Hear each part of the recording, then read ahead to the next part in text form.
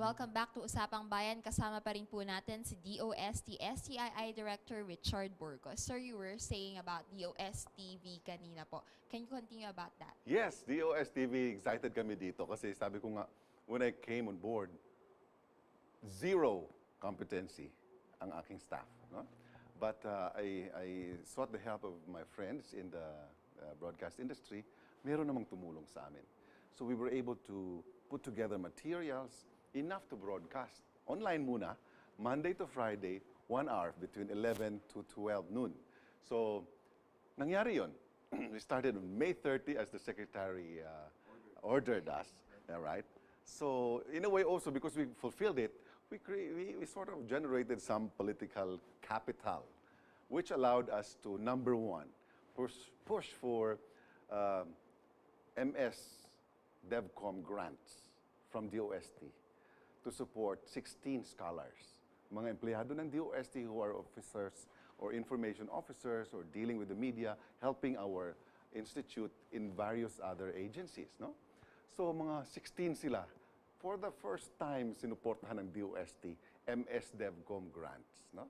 Sino ba naman kasi ang magsusustain nitong programa na ito kung hindi yung na-train na, di ba?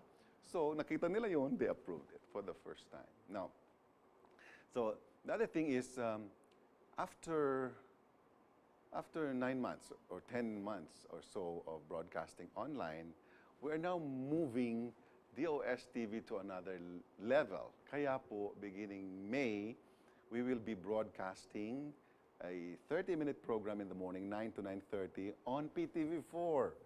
And then also later in the same day, Monday to Friday, between 11 to 12, on GNN. Yehey! Hindi naman? Oo. Bida na naman tayo. Correct. Kasi, alam nyo, of course, PTV4, government kami, government sila, we help each other, di ba? And also, we really want to create an image that government is delivering on the services to the people. Siguro ho, dapat banggitin rin natin na mahalaga rin yung ma-cover siya through GNN. Dahil kasi marami ho sa ating viewers, nakikita tayo kahit sa mga liblib na lugar kasi ang isang mode of transmission natin is through our satellite service, no, which is GSAT, and we're on channel 1 on GSAT. So Correct. maraming mga ating kababayan na walang access sa mga kable na pwede hong mapanood ang ating programa just by using their satellite. Tama yan, George. In fact, we have been going around the country, no? At nakikita natin, if you go to the Yung mga green satellites natin, dish. barangays, marami sa kanila satellite dish, di ba? So sabi namin, bakit din natin gamitin yan? And that is why we sought out GNN. We sought an audience with them. You know? It was our regional director in Cagayan de Oro who called up LP. I was there and said, LP, there's somebody here who wants to meet with you. And LP and I met later here in Manila. So, and the rest is history, you know. I just joined the National Convention of the Philippine Cable TV Association in Iloilo, and that was a great success, you know. So, even the provincial cable operators also want to carry our content. You know? So, ang gusto namin talaga, ihatid sa ating mga tao ang kaalaman tungkol sa siyensya at teknolohiya. Umpisa sa aming programa ay matungkol sa weather forecasts. Mahalaga itong kaalaman na ito, di ba? Because when you leave your house, hindi mo alam kung uulan ba siya, malakas bang ulan, magbabaha ba, may lindol. Tsunami na pala. Oo. Pag may lindol, dapat din alam nila anong kailangan nilang gawin. No? So, preparing our people for disasters and how to avoid and what to do exactly to save themselves during these situations, isang objective yan ng ating programa. But we move on to, of course, informing them about what's happening in the science and technology field in the Philippines. And we interview experts, we go to their laboratories, we go to their experimental fields, all right? We cover their programs, you know. Nakakatuwa. Kasi like, even like, yung dye, natural dyes for our textiles, yung mga katutubo natin pala gumagamit ng natural dyes. Now, paano natin sila matutulungan, di ba? Na ma-ensure na mayroon silang sources, etc. So, ginagawa yan ng isang agency natin, yung Philippine Textile Research Institute, no? So, anong ginagawa nila? I-feature natin yan sa DOST TV. Including, meron kaming ginagawang mga documentaries. These are longer feature stories about technologies or people. In fact, people also in the system. For example, yung aming Storm Chaser. Ito yung kwento ng mga tao na kailangang nandun sila sa mata ng bagyo. Pag kumampas yung bagyo, kailangan nandun sila. Hindi ba delikado yun? Oo. Isipin mo yung asawa noon, mas matindi pa ang pakiramdam noon kaysa asawa ng isang sundalo. Di ba? Kasi alam niya talagang hambalusin talaga siya ng Yung ba hangin. may programang Storm Chasers or something like that? Pag ganun yun, ang story niya. Yes. Oo. So, that's just DOS TV. The other thing that we are doing is really our library. Kasi mandate nga namin mangolekta. Pero hindi sapat na kolektahin mo lang eh. Kailangan you make it exciting.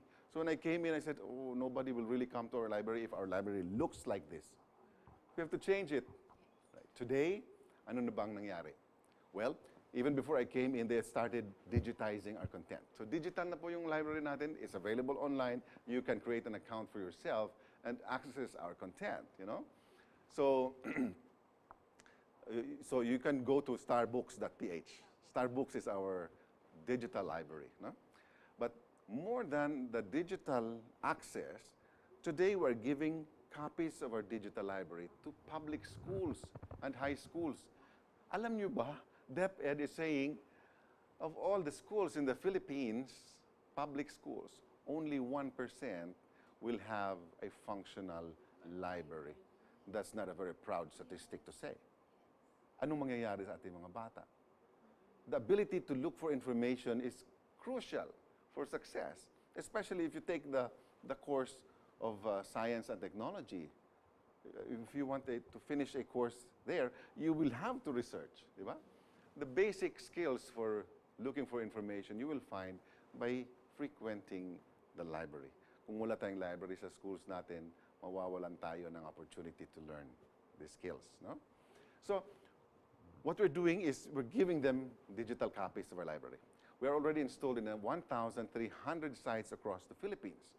And we have aggressive targets to increase these numbers over the next few years. In fact, this year, at least 1,500 new sites that we can cover, right? The ICT is coming in to help us with 1,000 units, all right? East-West Rural Bank in Davao is also coming in to help us. All right? The Yolanda Fund in Region 8 is coming in to help us. So, mukhang nag-gain na siya ng reputation, di ba?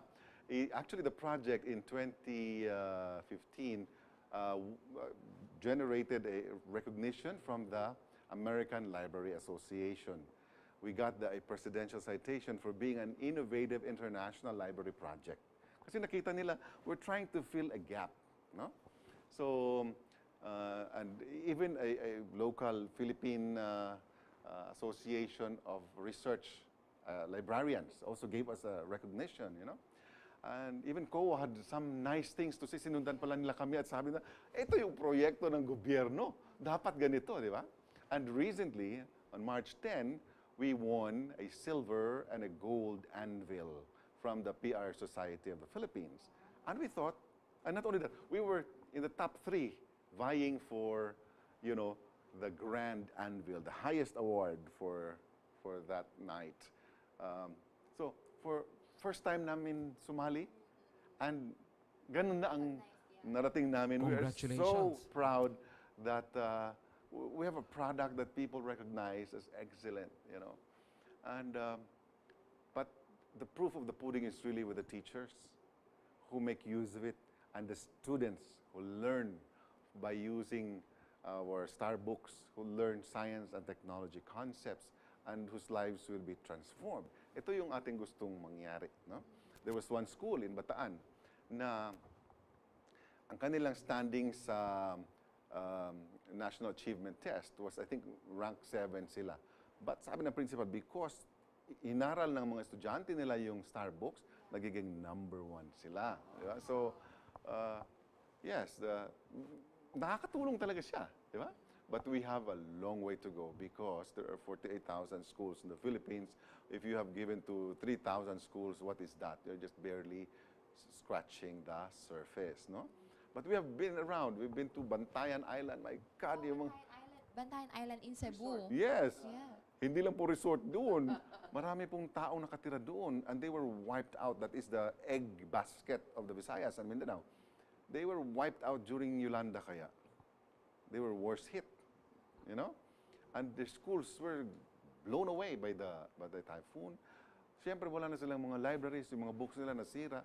So, sila, kaya na-target namin sila, you know? And traveling there, my God, gives you a lot of inspiration. You know? Nata-challenge ka eh. Kasi hindi lang sila ang nangangailangan, ang dami pala natin mga kabataan na nangangailangan ng tulong. Alright?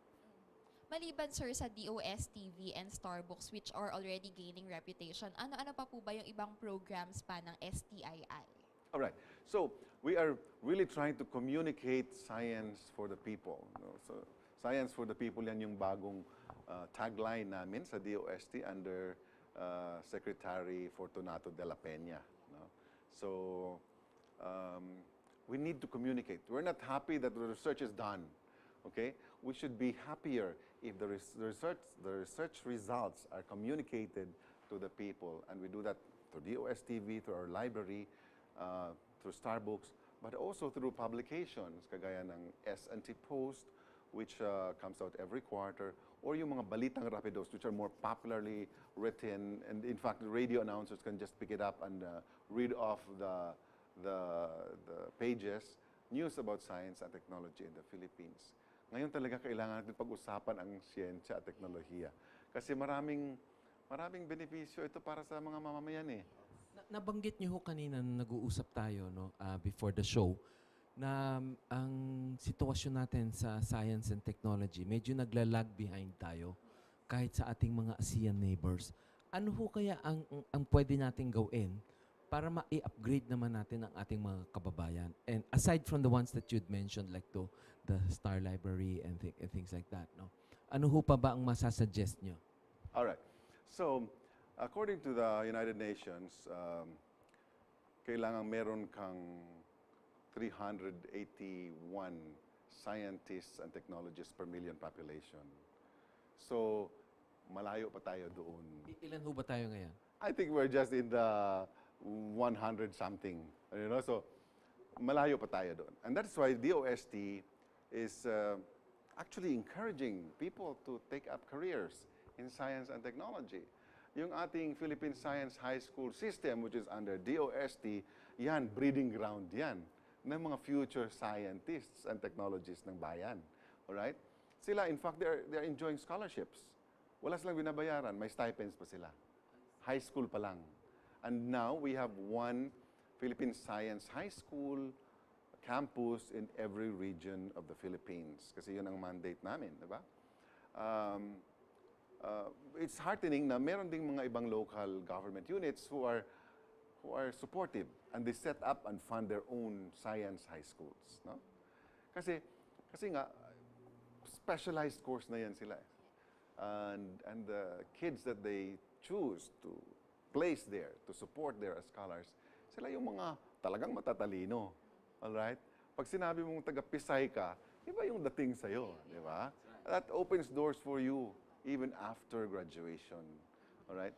Marami pa po tayong pag-uusapan, sir, but we need to pause for a station break. Sa amin pong pagbabalik, makakasama pa rin po natin sa Usapang Bayan ang DOST STII Director, Mr. Richard Burgos. Please stay tuned.